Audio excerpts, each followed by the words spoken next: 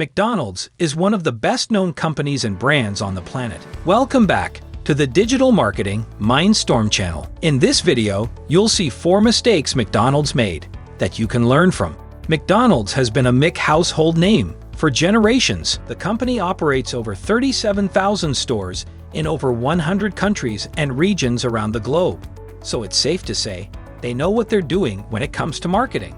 In fact, the founder, Ray Kroc, was so good at marketing, he understood that he needed to first cater to children and not the parents. Children not only had huge purchasing power, they strongly influenced their parents' buying decisions. Ray Kroc knew that children would become the adult consumers of the future, and it was important for him to forge brand loyalties at an early age. So, the McDonald's Corporation went as far as creating the Ronald McDonald Clown and Happy Meals, all targeted at young kids. But in the 1980s, everything seemed to go wrong for McDonald's. Here are the 4 major mistakes they made. You can learn from their mistakes too, in order to beat your own competition. Number 1. McDonald's tried to become a pizza chain. McDonald's in the 80s was double the size of its next biggest competitor and owned nearly 40% of America's burger market. But the world remained unconquered, and McDonald's execs had their eyes set firmly on a different food category. In 1986, rumors began to appear that McDonald's was going to introduce a pizza option to the menu in order to bring in customers for the evening hours. The company spent many years developing an oven that could cook pizzas. By 1989, 24 restaurants in America were testing the McDonald's pizza, but things went very wrong very quickly. Since McDonald's was not already in the pizza market, they didn't realize that pizza took longer to create than the burgers. Customers stopped coming into McDonald's for a while because the lines were way too long. Keep this in mind for your own business. Specialize in something specific and unique to your customer base. Don't try to conquer the world and do everything. The number 1 mistake I see most businesses make is not knowing what their customers want. Don't scramble to find out what they need when you should have been listening to them from the beginning. Number 2. The McAfrica. We can only assume the person who came up with this ill-thought-out menu item was soon looking for another job. The McAfrica popped up at McDonald's restaurants in Norway in 2002. The beef, cheese, lettuce, and tomato combo was served on pita-style bread and was supposedly based on an African recipe. Unfortunately, no one at the Golden Arches realized that a famine was ravaging southern Africa at the time.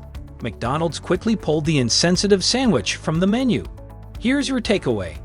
Know your market and make sure you understand your products or services and how they'll affect your customer. Number 3. The Mclobster. McDonald's tried its hand at a fancy seafood offering in 1993. The Mclobster was a heap of lobster and lettuce in a bun, complete with lobster sauce. As the picture makes clear, the lettuce often outweighed the lobster, and many people were unwilling to pay $5.99 for it. Number 4.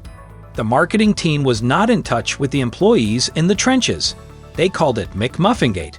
McDonald's rolled out its all-day breakfast option in 2015, but not everyone was loving the news. People were fuming at the fast food giant because the long-awaited breakfast launch only included limited menu options that varied by region. Hotcakes, fruit, yogurt parfaits, and oatmeal were available at all locations nationwide, but the famous hash browns only had limited availability, a big breakfast blunder to many potato patty lovers. #HashBrownDate began trending on Twitter. Biscuits were only available in some locations, while McMuffins were only available in others. But no biscuits passed the 10:30 a.m. cutoff. It got very confusing. Make sure to always avoid customer confusion. Finally, perfect the art of the cross-sell. While this last one is not quite a fail, it does make you think. Cross-selling is when you take the product you're going to buy and co-promote other products with it.